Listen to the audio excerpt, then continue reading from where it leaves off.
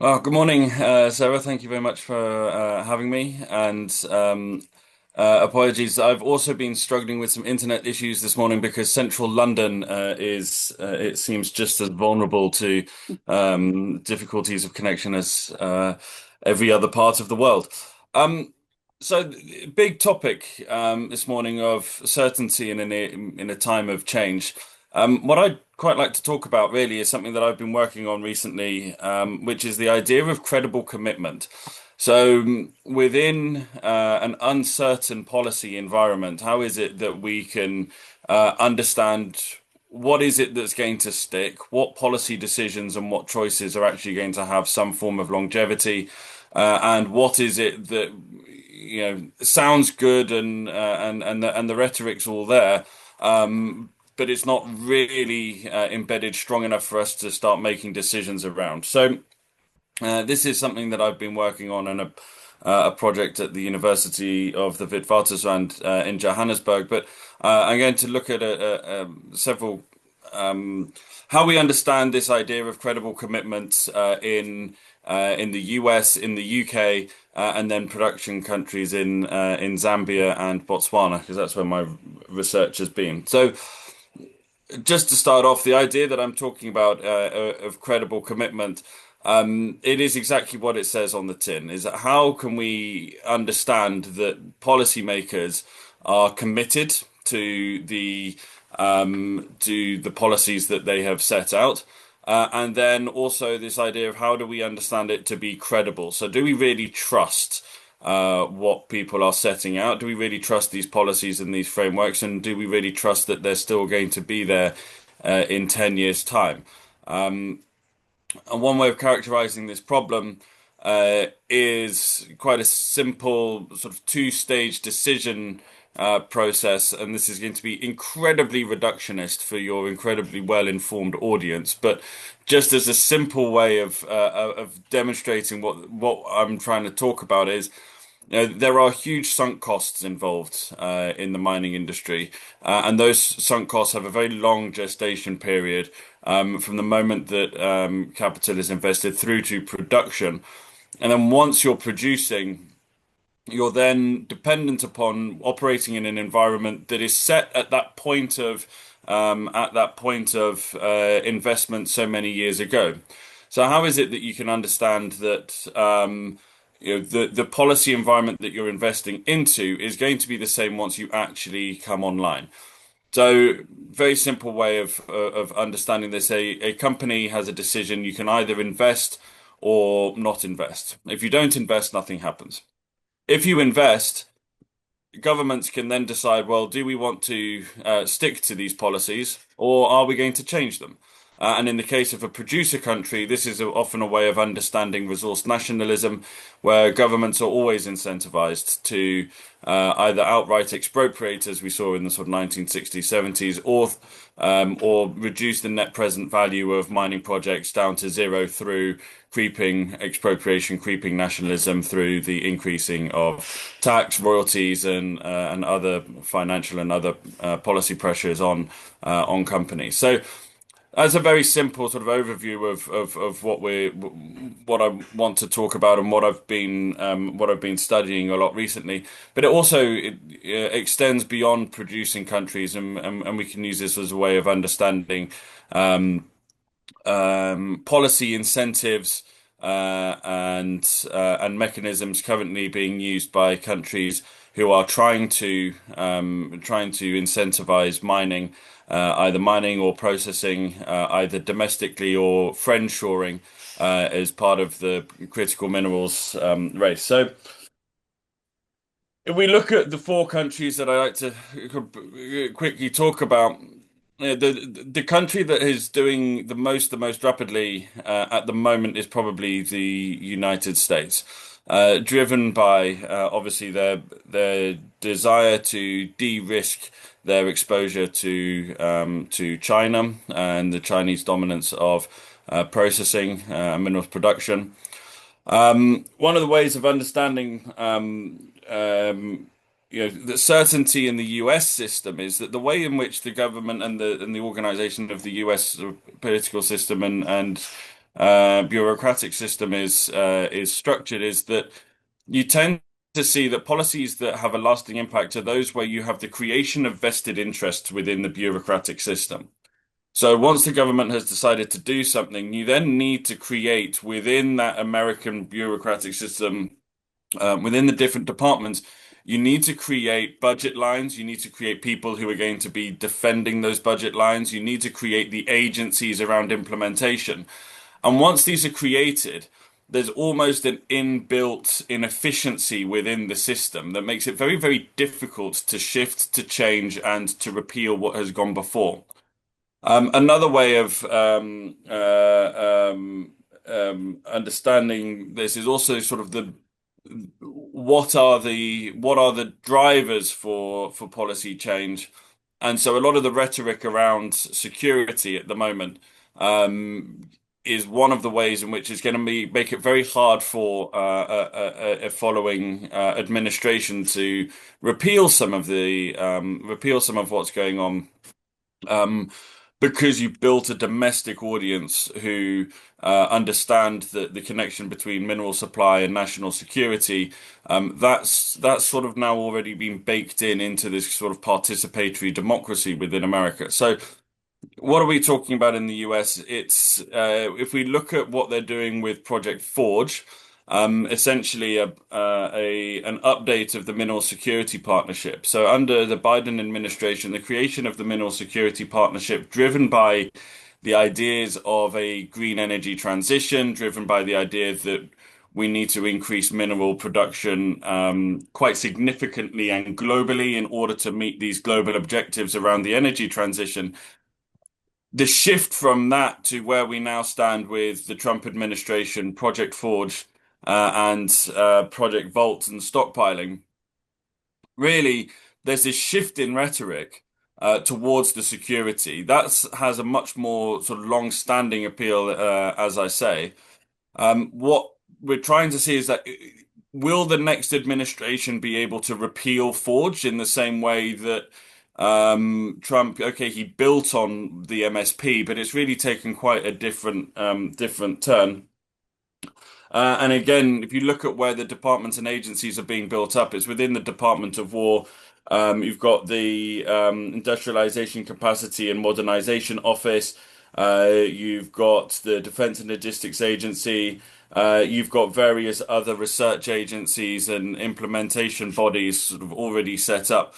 Now, one of the biggest risks that we see when we look at the US on all of this is what it's doing externally. So when you see that what the US is doing in DRC, for example, it's sort of twofold. One, the deal with Glencore for a group of partners from the US under Orion, essentially not necessarily deeply with deep historical knowledge of the mining industry, taking over an equity position in order to shore up supply. But a lot of what's going on is quite personalized. It's definitely centered around the office of the president. It's centered around Trump himself. And so this is why it becomes very difficult to start making any long-term decisions because the more focused around him it is and the more it's based on personal connections, the shorter the well the greater the risk that an administration that follows is going to be able to repeal and undo it quite quickly. If we look at the UK, things are moving a lot slower. I'm constantly reminded by colleagues in America that the UK doesn't have anywhere near as much money to throw at this problem. But the UK system operates in a slightly different way, in that within the UK system and the UK bureaucracy, it's not so much about building those same vested interests and agencies and implementation bodies that you have in the US. The UK civil service, and this may come as a surprise to anyone who's actually tried to work with the civil service, but actually it is quite nimble.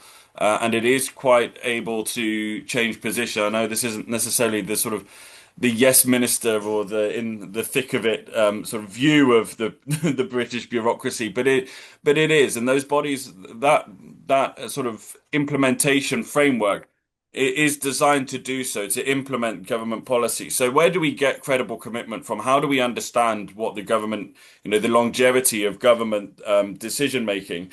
And in the UK, it's really about that broader network of interests and alliances and input into the system. So it's civil society, it's organizations like Chatham House, Satala. It's that whole network and body of people who are working on these issues who are feeding in.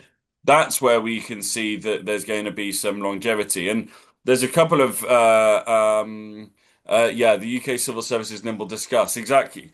And I think one of the challenges that we see in the UK at the moment, in terms of the longevity of some of its decision making or some of its policy pronouncements around critical minerals, I see two challenges. The first of is the idea that um, what they're trying to do, what the government's trying to do, is demonstrate that mining is important. Unfortunately, a lot of the conversation in the UK over the last 10 to 15 years has been very anti-extractive. And so there's a really, apart from outside of the sort of engineering networks, a lot of the policy community and a lot of uh, the wider sort of academia, civil society, particularly on the political side and the social science side, has been very anti-mining. And so it's becoming very difficult for the government now to put in place a set of mining policies and a mineral strategy that's saying, right, we need to do more in this space. Because a lot of those networks and agencies that feed into the system are saying, well, we don't want anything to do with it and it shouldn't be here. So that's one of the challenges. The other challenge is that again the the way that the UK is approaching this isn't by setting up singular issue places within its sort of policy framework to say, right, this is going to do this on minerals. What we're doing, or what the UK is doing, is looking for the quick wins of where do we have existing policy measures that can feed into or support our critical mineral strategy. So where do we have existing measures on energy that we can then say, and and this is going to support critical minerals, and this is, for example, the energy support for small businesses and industry. It's like, well, that can be extended into mineral producers and processors, um, and similarly around sort of the measures for small businesses and so on. Also, the National Wealth Fund, and that's what the UK Critical Mineral Strategy has really been pushing is, well, we've invested this money into Cornish lithium, but it comes out of a National Wealth Fund that is there for various other things. And so again, the sense of longevity isn't there. Um, if I look then at a couple of other very quickly case studies on the producer countries, and perhaps you have some questions on this because I'm conscious of time. Um, yeah, if we look at the difference between Zambia and Botswana, for example, for what producer countries are doing in order to try and demonstrate longevity. Zambia has always been a challenge in that I think that the mining code has changed 9 or 10 times in the last 17 years. Uh, it- Even when President Hichilema came into power in 2021, there was this expectation of, well, finally, here's someone who's a bit more pro-market, who's come out of the business side of things. And one of the first things that they said, even against international advice, who said just work with what you've got and try and implement that. They said, no, no, no, we're going to do our own new thing. And so this makes it really, really difficult. So there's a lot of attention on Zambia at the moment, but there aren't any new projects in the pipeline. I mean, this is one of the really big challenges. If they want to meet their 3 million tons a year stated target, which is a really long shot, especially when they're producing about they're currently producing around hovering, plus minus 1 million tons a year. To make up that, they would need the equivalent output of 10 of their largest producing copper mine to come online, and they don't have anything in the pipeline. And one of the challenges is exactly this, the policy uncertainty. Now, if we look at what's happening in how Botswana have resolved this problem, there's several means, but one is the creation of a minerals policy committee. So you have the permanent secretary from the Treasury, from the Ministry of Mines, and the permanent secretary from the Office of the Presidency, and you have, I think, the Speaker of the House, and you have the Attorney General. So you have essentially a depoliticized committee of technocrats and civil servants working with external third parties who then negotiate on behalf of the politicians. This takes the sting out of what would otherwise be, quite tense negotiations around seeking national benefit and so on. That's one of the things that they've done.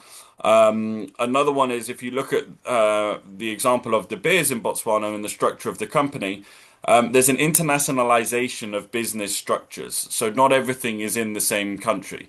De Beers, the diamond market is very different to copper in so many ways. But this idea that companies need to be putting business services in multiple different countries, digital services, the back office functions around those services, by placing those in different countries, you actually add a certain degree of protection, and that's one of the ways in which companies have to start thinking when operating in these spaces, so that they can lock in governments, and governments aren't able to shift policy so easily. So those are a few high thoughts around the topic of how do we try and bring a sense of certainty into a world of uncertainty. But yeah, happy to answer questions. Brilliant. Thank you very, very much, Christopher. Just coming into the conversation, and I'm just going to remove your spotlight so that we can all see one another. Check out how this conference works, isn't it? One moment you're talking about research in the Philippines, and the next moment you're trying to get under the skin of how different governments work and what on earth is going on with minerals policy around the world. Isn't it brilliant? One of the questions that came in from the chat from Lucy, is to your point where you mentioned that the anti-mining sentiment in the UK, and saying that that is, kind of still the case. Do you think that is changing at the moment, or what do you think is going on with regards to that? Yeah. Um, so there's a few things. So one, I think within the government itself, I think if you look at the different departments and where their interests are, it's just sort of you stand where you sit. Hmm. I think that the thinking in the Department for Business and Trade is, well, how do we locate the UK? How do we put UK businesses into this conversation? So they're a bit more obviously um, pro mining, but also very much focused on the sort of the service sector and finance, insurance, and the City of London and so on. If you look at the Foreign Office, I would say the Foreign Office are still in a position where, having merged the Department of International Development and the Foreign Commonwealth and Development Office together, there's still a sense of development being the priority. So within the critical minerals conversation, the main objective should be, how do we make sure that critical minerals demand leads to development in emerging producer countries? Now that's admirable, and I spend most of my time in Africa, and it's obviously what they want, and it's obviously something that the world needs. But in terms of a national sort of critical mineral strategy, it's like, well, is that should we be encouraging production, and should we be encouraging British mining, or should we be saying, well, other people do it and we're going to fill in the gaps to try and build those development linkages?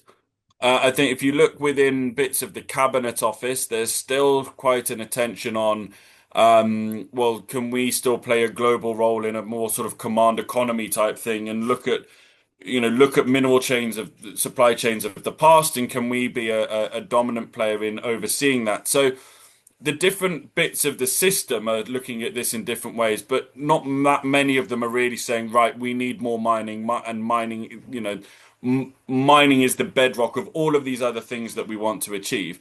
If you look outside of that in academia, yeah, I've just come back from a session in Cambridge over the last 2 days. I've spent a lot of time sort of particularly in the social science space. Yeah, I think that even if it's not necessarily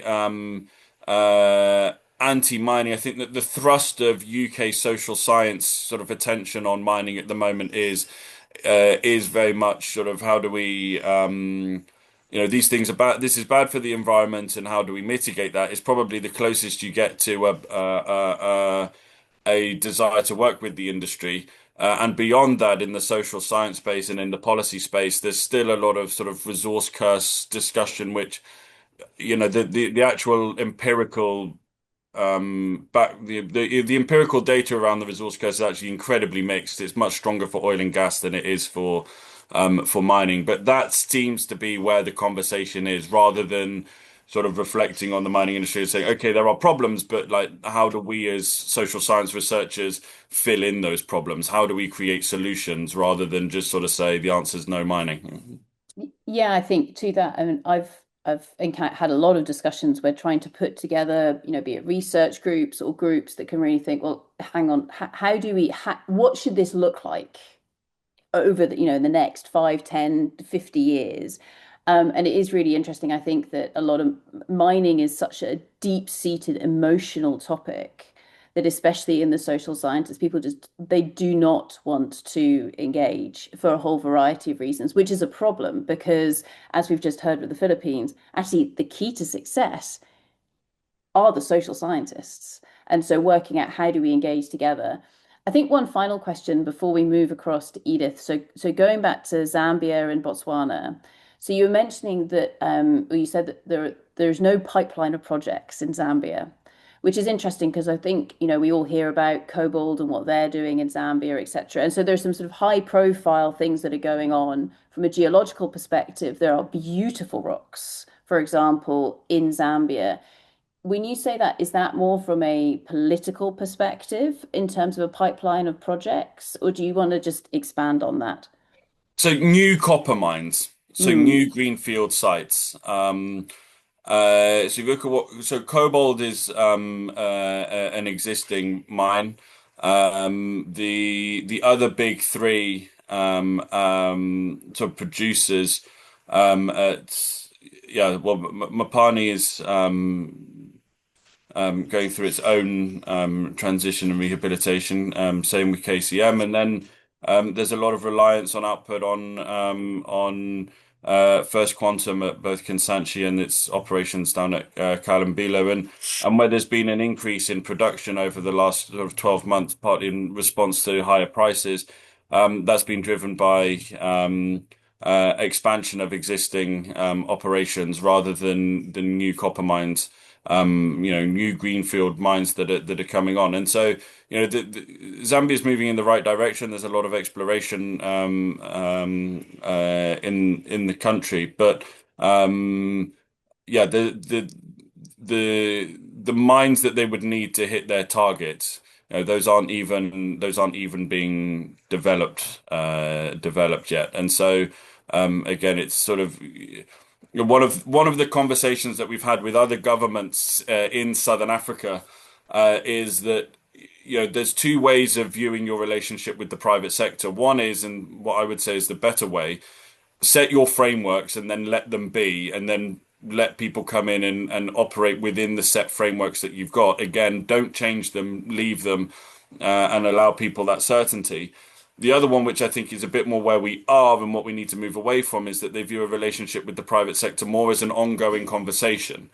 But that means that you have an ongoing conversation with the existing players and a new market entrants who aren't part of that conversation just look at the situation and think, well, this is a really, really difficult environment to operate in because it is dependent upon having that sort of ongoing conversation rather than just having, here's your framework, come and invest, and you know the way that the legislation is and regulation is now is exactly how it's going to be in 10 years' time. So there's that need to shift beyond, let's talk to our existing players, and there's a mm. need to think more broadly about the industry of, well, let's just, set something and encourage many more people in.